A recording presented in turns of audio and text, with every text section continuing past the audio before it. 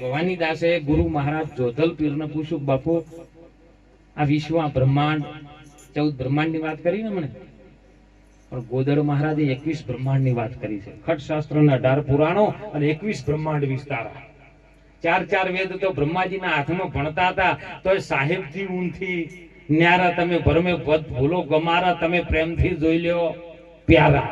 અને ઈ 21 બ્રહ્માંડની વાત જયારે જોધલપીર ને ભવાનીદાસ બે સમસમ આયા કે બાપા આ 21 બ્રહ્માંડને ધારણ કરવા વાળું કોઈ તત્વ ખરું?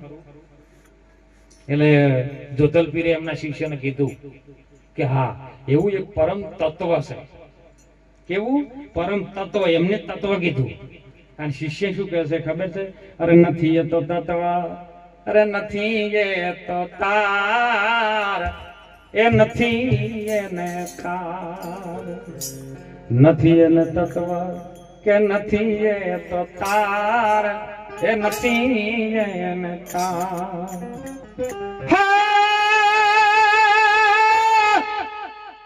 વચન માંથી કોઈ વચન બોલે છે અને બહુ કરે પોકાર, તમે જોજો રે આમાં જંતરી નો બજાવનારો કોણ છે?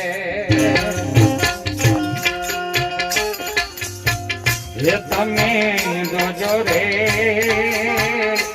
આમાં જંતરી નો બજાવનારો કોણ છે?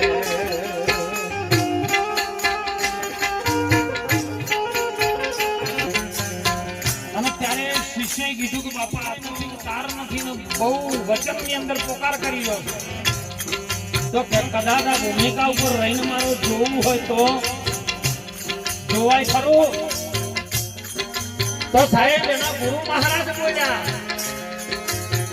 ન જોવાય રૂપય નો ના લેવાય પાર, ના લેવાય પાર.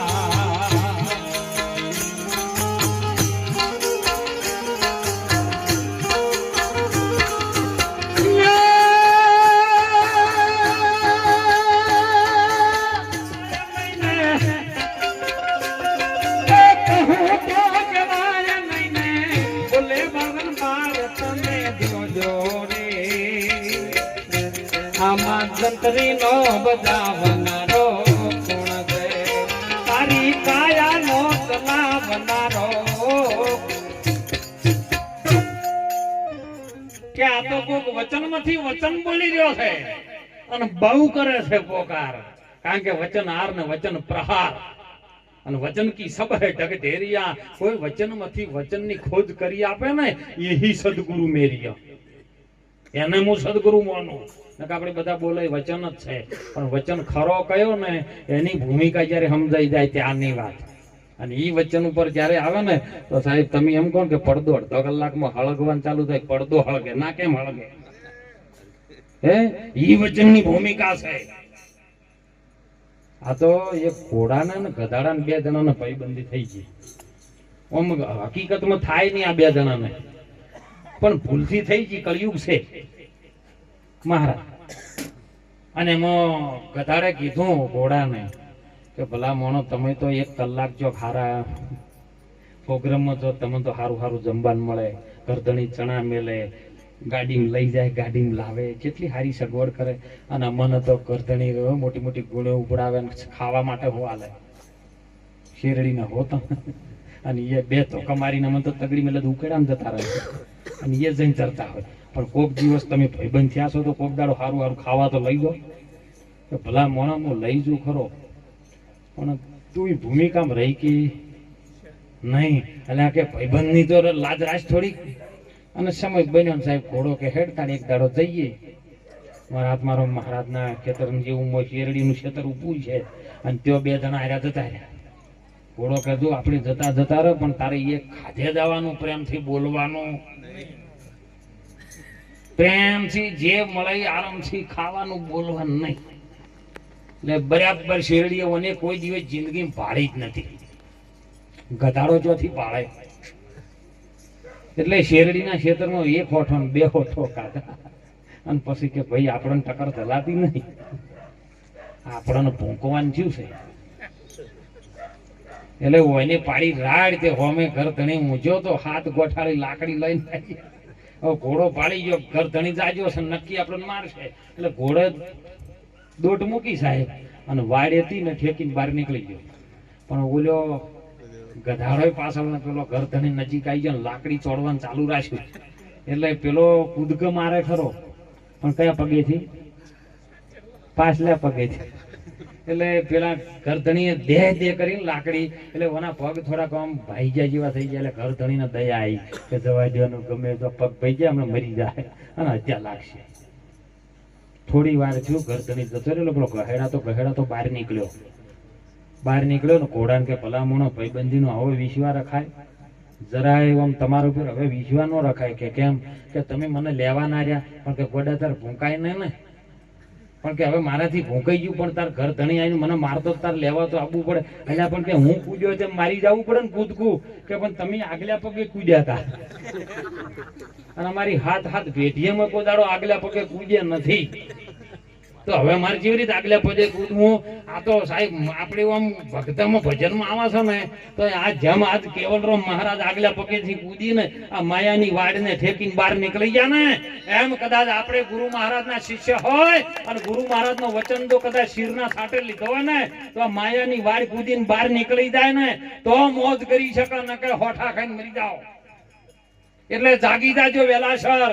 મનુષ્યનો અવતાર મળ્યો છે, વારંવાર નહીં મળે. સંતો ફરમાન આપે કરવાનું છે. તમારી ફરજ છે ને એ કમ્પ્લીટ તમે બોલો એટલું વર્તો, અને વર્તો એટલું જ બોલો. વચન એટલે શું સાહેબ? તમારી ફરજ. તમે જેટલું બોલો છો એટલું વર્તી શકો ને તો જ સાહેબ.